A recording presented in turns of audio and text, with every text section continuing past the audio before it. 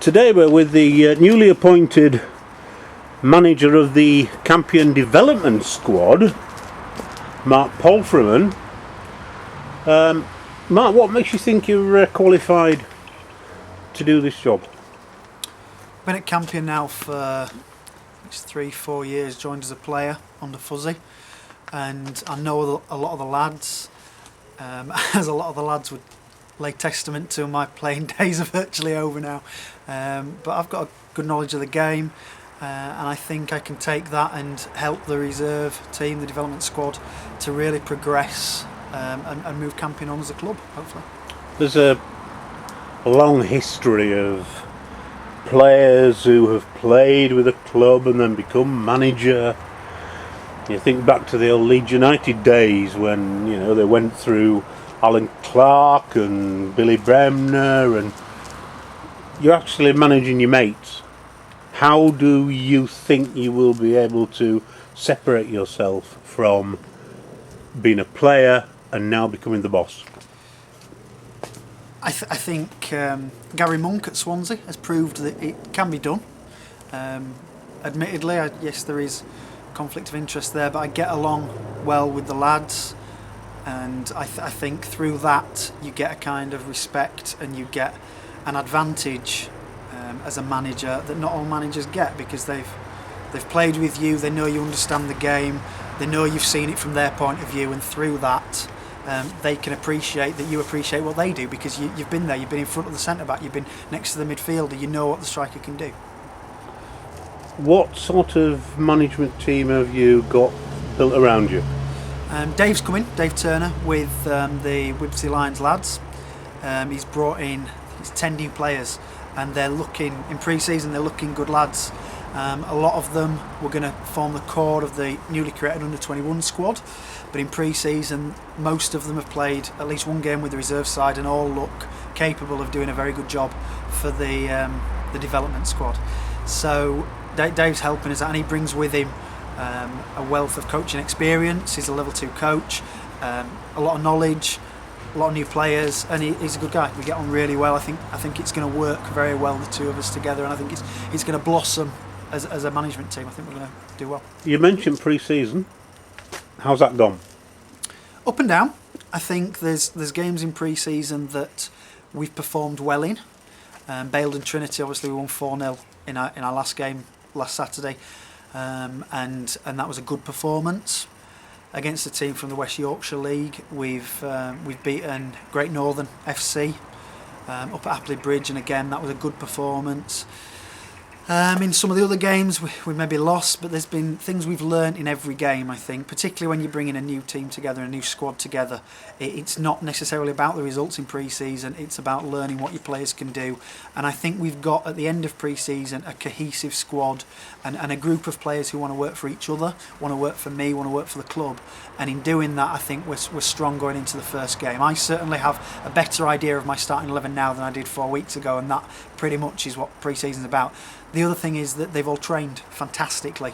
We started very early because we've had all these new players in, but they've been really enthusiastic. Again, the new lads really led from the front there, and they've been at training every week. They're turning up for games. It's a much more encouraging place than we've been in maybe at the start of last year. You mentioned you'd brought in some guys from Whipsy. Particularly, how's that strengthened your squad? And who in particular from the whole squad has impressed you in pre-season? The lads that have come through have given us depth, certainly.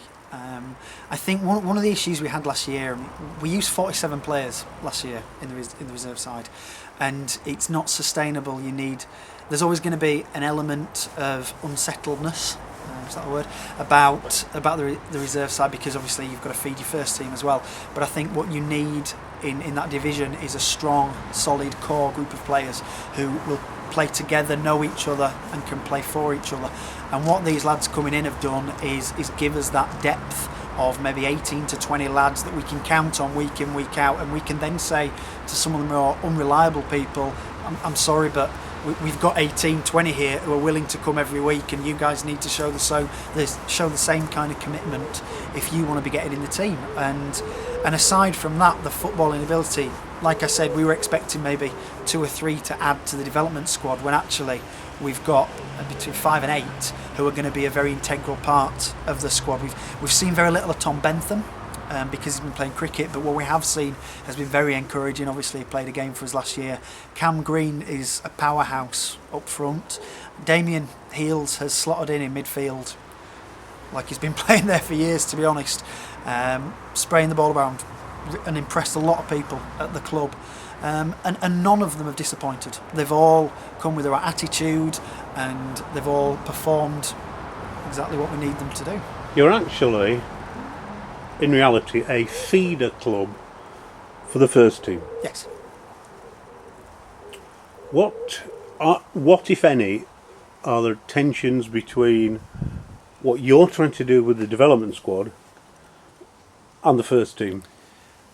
I think it's natural in any club that the reserve team needs to feed the first team, and essentially our first team are one of the premier teams in Bradford, one of the top in the division.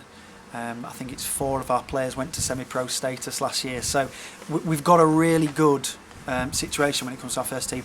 And as a reserve side, primarily we want to bring on players who can get into that first team and progress the club generally as a whole. And are you confident that you've got players in your squad that could step up to the first team? Without a doubt. There's players, Matty Warden, for example, Aaron Metcalf, Chris Helliwell, guys who have done, even in pre-season, great jobs with the first team. Paul Davidson, Jaden Powell, these guys are certainly not out of place in the first team. For us as a team, yes, it's about providing for the first team, but at the same time, it's not just about that, it's about us succeeding as a reserve side. We still hold a status of one of the only 2, I think it is, reserve sides in Division 1. And for Campion as a club, it's hugely important that we keep that status, because it's prestigious for us as a club to be at the very top as we can be in the West Riding County Amateur League. You've mentioned a number of players. When I'm doing my fantasy football team, is there anybody, one person, you feel that I should look out for, and so all the viewers on the TV station, one player who might surprise us this year? Surprise you?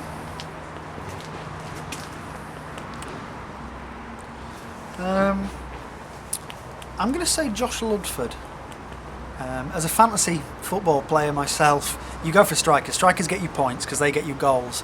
And Josh has looked sharp in pre-season, getting the ball out of his feet, striking. I think he's our top scorer. I think it's 3 or 4 he's got in pre-season. And if he can continue that into the season, it's really encouraging. It's hard to see past Chris Helliwell, last year's Players Player of the Year, who scores goals, assists. Again, from a fantasy football point of view, he's perfect. When it comes to genuine surprises, I think it's going to be a bit left field, because I'm going to talk about a player who's played in this league for 10, 15 years, probably more.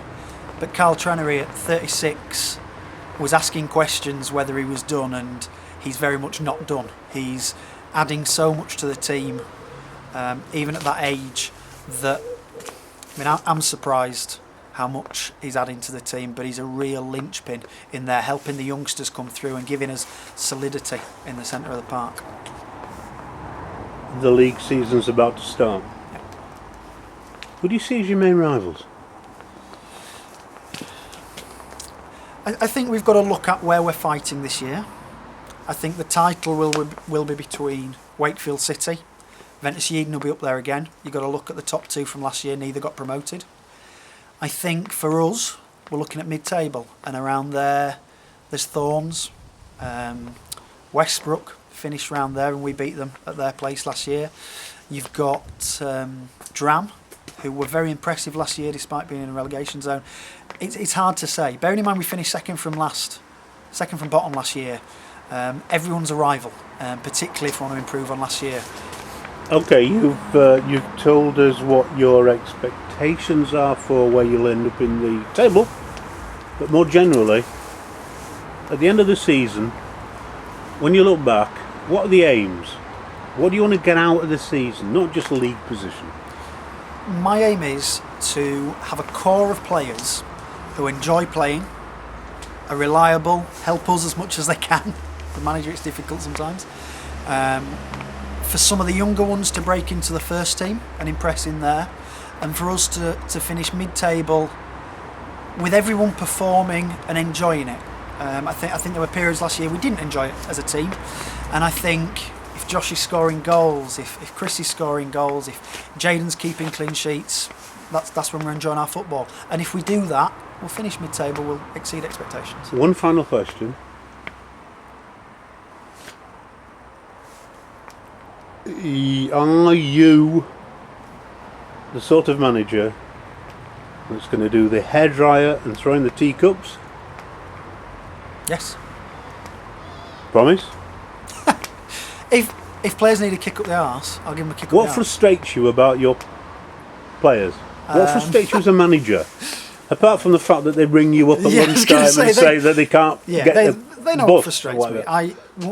Getting them on the pitch is the hard bit. And often when they're on the pitch, I know they're doing their best. What frustrates me most about being a manager is getting them on the pitch. What frustrates me apart from that is when they don't play to their capacity. Because if they do, I know how good they are. Right. And it frustrates me when they don't do that. Best of luck for the season. And of course, everybody can watch highlights of your games and the first team games on the Campion website. And they can subscribe to Campion TV because it's perfectly free, unlike Sky and BT. And we've got the exclusive coverage of Campion games. Thank you.